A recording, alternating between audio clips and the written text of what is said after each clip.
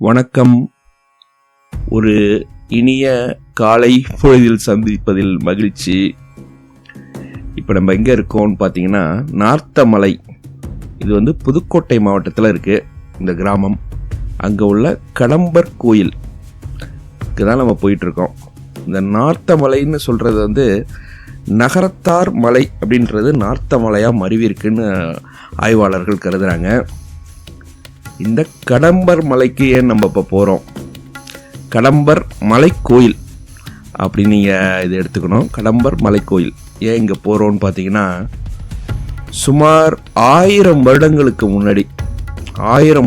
முன்னாடி உள்ள ஒரு கோயில். இது ஒரு பாறையால் வடிவமைக்கப்பட்ட கோயில். பாருங்கள், இப்போ பார்க்கலாம் எவ்வளவு பெரிய பாறைகள் தெரியுதுன்னு பாருங்கள். மிக அழகான பாறைகள். அது கலைகளுக்கும் இந்த பாறைகளுக்கும் பெரிய தொடர்பு இருக்குது.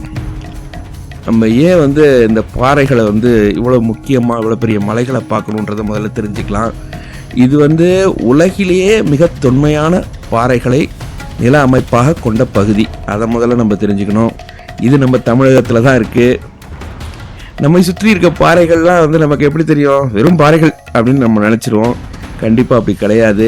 உலகம் மதிக்கக்கூடிய மிக அரிய மிக தொன்மையான பாறைகள். சரி, அடுத்த செய்தி இந்த கடம்பர் மலைக்கோயில் தொல்லியல் துறையால் பாதுகாக்கப்பட்ட கோயில். அது அந்த பலகை தெரியும். இப்போ பாருங்கள், உங்களுக்கு தெரியும். தொல்லியல் துறையோட பலகையில் தொல்லியல் துறை பாதுகாப்பு செய்திகள் அறிவிக்கப்பட்டிருக்கு. சரி, இப்போ பாருங்கள். இது நீங்கள் காணொலியில் பார்க்குறதுனால ஒரு சிறிய பாறைன்னு நினச்சிடாதீங்க. மிகப்பெரிய ஒரு மலை குன்று பாறை. இது பாருங்கள் எவ்வளவு அழகாக எவ்வளவு பெரிய பாறையாக இருக்குன்னு பாருங்கள். இதன் அடியில் தான் இந்த கடம்பர் மலை கோயில் இருக்குது. இப்போ ஏன் நம்ம பாருங்கள், மலை கோயில்னோடனே நமக்கு என்ன தோணிடும்? சரி, இது மலைக்கு மேலே இருக்க கோயிலா அப்படின்னு தோணும். இல்லை, ஏதாவது நல்ல ஒரு வித்தியாசமான செய்தி. இது அந்த குன்றிற்கு கீழே இருக்கிற கோயில். இது சோழர் காலத்து கோயிலும் இருக்குது. இதில் பாண்டியர் காலத்து கோயில்களும் இருக்குது. இப்போ இதில் நீங்கள் உங்களுக்கு தெரிஞ்சிடும் ஒரு செய்தி. அது சோழர்கள், பாண்டியர்கள், சேரர்கள் எல்லாம் போர் புரிந்தாலும், மூவேந்தர்களில் போர் புரிந்தாலும் கலைகளை கடவுள் சார்ந்த செய்தியில் அழிப்பதற்கு அவங்களுக்கு மனம் கிடையாது. அதனால் எல்லாம் இணைந்து தான் செயல்பட்டுருக்காங்க அந்த செய்தியில். அதற்கு இது ஒரு நல்ல உதாரணம். இதே இந்த 2 கோயில்கள் தெரியுது இல்லையா? இது பாண்டியர் காலத்து கோயில். இன்னொரு கோயில் அது மலையை ஒட்டி இருக்குது. அது சோழர் காலத்து கோயில். இப்படி எல்லா மன்னர்களும் இங்கே வந்திருக்காங்க. 1000 ஆண்டுகளுக்கு முன்னே ராஜராஜ, அதாவது நம்ம இப்போ பார்க்குறோம்ல தஞ்சை பெருவுடையார் சொல்கிற நம்ம கோயிலுடைய ராஜராஜன் அவர்களும் இங்கே வந்த இடம் அது. அதில் ஆரம்பித்து பாண்டிய மன்னர்கள் எல்லாமே சுந்தர பாண்டிய மன்னர்கள்லாம் இங்கே வந்திருக்காங்க. நிறைய கல்வெட்டுகள் உள்ள ஒரு கோயில். இது மிக அரிய நிறைய கல்வெட்டுகள் உள்ள கோயில்.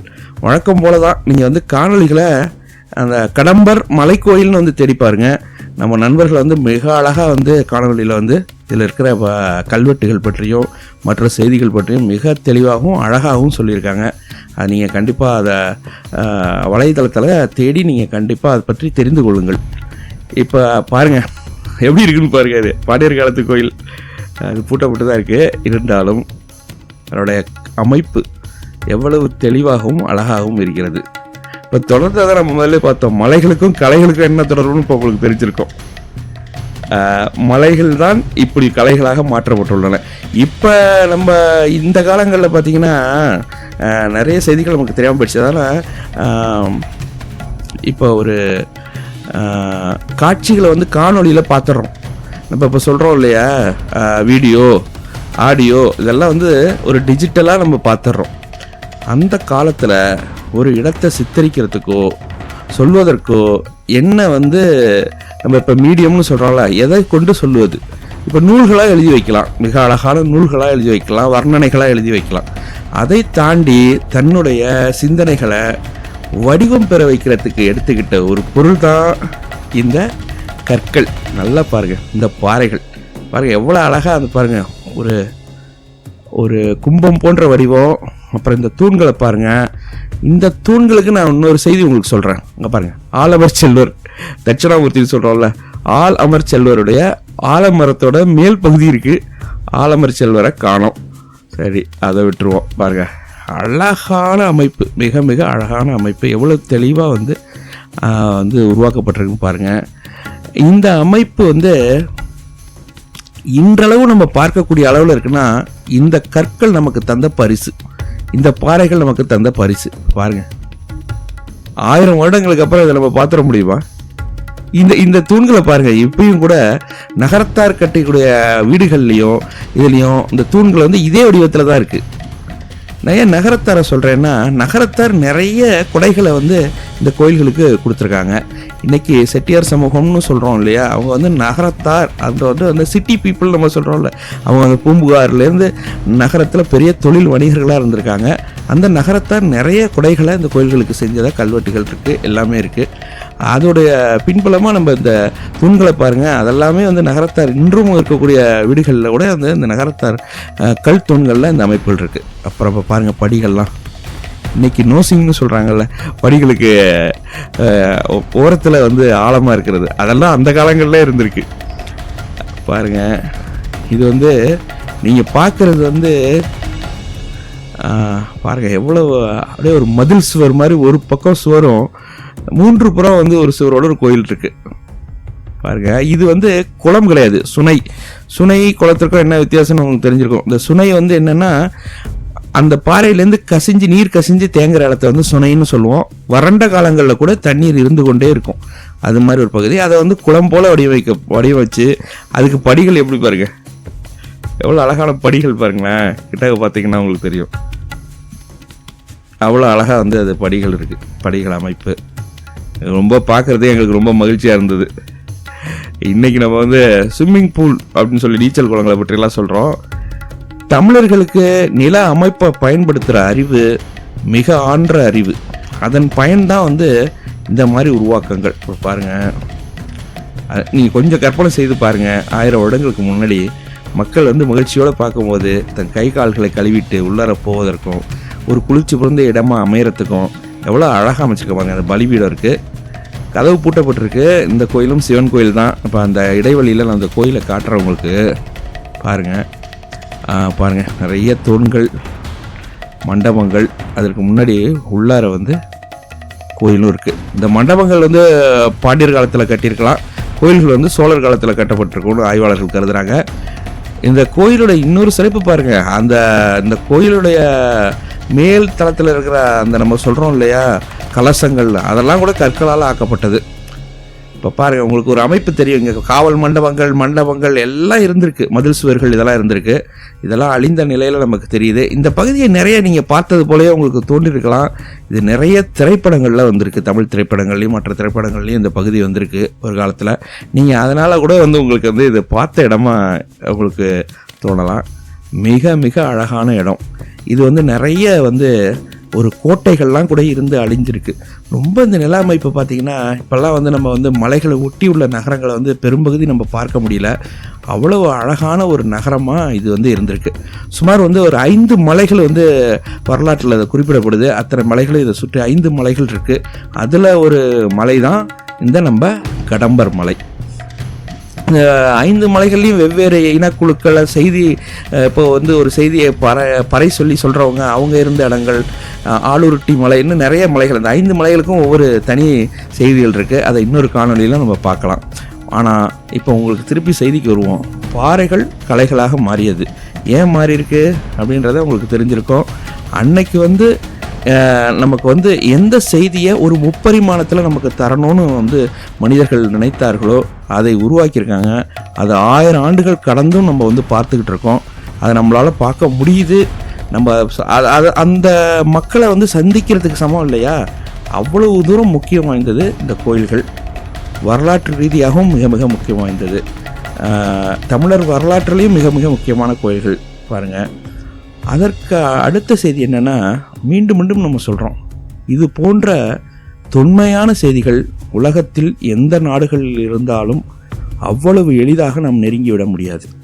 ஒவ்வொரு இடங்களையும் நம்ம பார்ப்பதும் அதை வந்து நம்ம தொட்டு பார்ப்பதோ இல்லை ரசிப்பதோ இல்லை இங்கே உள்ள கல்வெட்டுகளெல்லாம் நம்ம பார்ப்பதோ மிக மிக மிக அரிதான செயல். நாம் பிறவி எடுத்ததின் ஒரு பலனாக நாம் கருத வேண்டும். கண்டிப்பாக நம்மளுடைய குடும்பங்களுக்கும் பிள்ளைகளுக்கும் இளம் பிள்ளைகளுக்கும் இது சார்ந்த அறிவை ஊட்டி வளர்ப்பது நம்முடைய கடமை. இது தொடர்ந்து எங்கள் கால்நிலையில் சொல்லி வரதை நீங்கள் பார்க்கலாம். என்னடா இது சொன்னதையே திருப்பி திருப்பி சொல்லிக்கிட்டு இருக்காங்கன்னு கூட நீங்கள் நினைக்கலாம். ஆனால் இது இன்னும் மிக மிக முக்கியமான ஒரு கடமையாக நம்ம கருதணும். ஏன் சொல்கிறோம் அப்படின்னா, நம்ம யார், நம்மளுடைய முன்னோர்கள் வந்து எப்படிப்பட்டவர்கள் என்றதை வந்து தெரிஞ்சுக்கிட்டால் தான் அவங்க மற்ற துறைகளில் மிக சிறப்பாக வருவாங்கன்னு நாங்கள் கருதுகிறோம். உங்களுக்கும் அது உங்களுக்கு புரியும். கண்டிப்பாக நீங்கள் வந்து இந்த இடத்த ஒரு முறையாவது வந்து பாருங்கள். மிக அழகான இடம் அது. மலைகளில், அந்த மலைகளில் பார்த்திங்கன்னா மலை தேன்கள்லாம் நாங்கள் பார்த்துருக்கோம். மலை உச்சியில் வந்து தேன் கூடுகள், அவ்வளோ பெரிய தேன் கூடுகள்லாம் இருக்கும். நீங்கள் இப்போயும் வந்தீங்கன்னா பார்க்கலாம். அதாவது உயரத்தில் வந்து கை கெட்டாத உயரத்தில் வந்து தேன் கூடுகள். ஏன்னா இப்போ பெட்டி தேன் தான் நீங்களாம் பார்த்துருப்பீங்க. இது வந்து மலை தேன், அவ்வளோ பெரிய தேன் கூடுகள் இருக்கும். அதெல்லாம் பார்க்கலாம். சுற்றி கோட்டைகள், சுவர்கள்லாம் நிறைய இருந்திருக்கு. அதெல்லாமே அழிஞ்சிருக்கு. இருந்தால் கூட இந்த இடம் நமக்கு வந்து தமிழர்களுடைய நில அமைப்பு, இன்றைக்கி வந்து லேண்ட்ஸ்கேப்பிங்னு சொல்கிறோம் இல்லையா. லேண்ட்ஸ்கேப்பிங்னு சொல்கிறது வந்து வெறும் செடிகளையும் இதையும் அழகுபடுத்துறது மட்டும் கிடையாது. உங்களுக்கு தெரிஞ்சிருக்கும். இது வந்து மொத்த நில அமைப்பையும் எவ்வளவு அழகாக பயன்படுத்துவது, ஒரு வாழ்வியலுக்காக எவ்வளோ அழகாக பயன்படுத்துவது. பாறைகள் நிறைந்து குன்றுகள் நிறைந்த இந்த இடத்தை பாதுகாப்புக்காகவும் மற்றபடி நம்மளுடைய வாழ்வு நிலைக்காகவும் மிக அழகாக இயற்கையில் கிடைக்கக்கூடிய சூழலை பயன்படுத்தக்கூடிய மிகப்பெரிய அறிவும் ஆற்றலும் நம்முடைய மூத்த இனமான தமிழினத்திற்கு உண்டு என்பதை நீங்கள் இதன் மூலமாக நீங்கள் தெரிஞ்சுக்கலாம். வாங்க, இந்த மலையோட அழகை இன்னும் கொஞ்சம் தூரம் நம்ம ரசித்து பார்த்துக்கிட்டே இந்த இடத்தை விட்டு நம்ம செல்லலாம். பாருங்கள், நீங்கள் காணொலியில் பார்க்குறதுனால இதோடைய அளவு உங்களுக்கு தெரியாமல் இருக்கலாம். நேரில் போய் பார்க்கும்போது மிக மிக மிக அழகாக இருக்கும். சுற்றி நிறையா நீர்நிலைகள், சின்ன சின்ன நீர்நிலைகள் இருக்குது. மலைகளே பார்த்திங்கன்னா நீங்கள் நிறைய வந்து வரலாற்று திரைப்படங்கள்லாம் பார்த்துருப்பீங்க. மலைக்கு நடுவில் வந்து தேர்கள் போகிறது, குதிரைகள் போகிறது, இது மாதிரிலாம் பார்த்துருப்பீங்க. வெளிநாட்டு படங்களில் கூட, ஹாலிவுட் படங்களில் கூட பார்த்துருப்பீங்க. மலைகள்லேருந்து இங்கேருந்து அங்கே போகிறாங்க, 2 மலைகளுக்கு நடுவில் போகிறாங்க அப்படின்றதெல்லாம் நம்ம பார்த்துருப்போம். அதோட பிரம்மாண்டம் என்ன அப்படின்றத வந்து நீங்கள் இங்கே வந்தீங்கன்னா உணரலாம். நல்ல ஒரு சாலையை வந்து இப்போ அமைச்சிருக்காங்க அரசு. அதனால் நல்லா சிறப்பாக இருக்குது. நீங்கள் கண்டிப்பாக வந்து உங்களுடைய வாகனங்களில் இந்த இடத்த எளிதாக அடைஞ்சிடலாம். ஒரே ஒரு சாலையாக, ஒரே ஒரு ரோடாக இருக்குது. அதனால் வந்து சிறப்பாக நீங்கள் வந்து அப்படியே ஒரு, நான் இப்போ நீங்கள் பார்க்குறீங்க, வந்த இடத்துலேருந்து அப்படி திரும்பி திருப்பி போகிறோம். பாருங்கள் எவ்வளோ அழகாக இருக்குதுன்னு பாருங்கள். இந்த மலையோட அமைப்பு வந்து எவ்வளோ அழகாக இருக்குன்றதை பாருங்கள். இது நம்மளுடைய கலைகளையும் நம்மளுடைய பண்பாடையும் நமக்காக திருப்பி தந்த ஒரு தாய் வடிவம் கொண்ட கற்கள். அதை நீங்கள் மறந்துடாதீங்க. இது சாதாரண கற்களோ சாதாரண மலைகளோ கிடையாது. இதை மறந்துடாமல் நம்ம தொடர்ந்து வந்து இது போன்ற செய்திகளை பார்க்கலாம். நன்றி. மீண்டும் சந்திப்போம். வணக்கம்.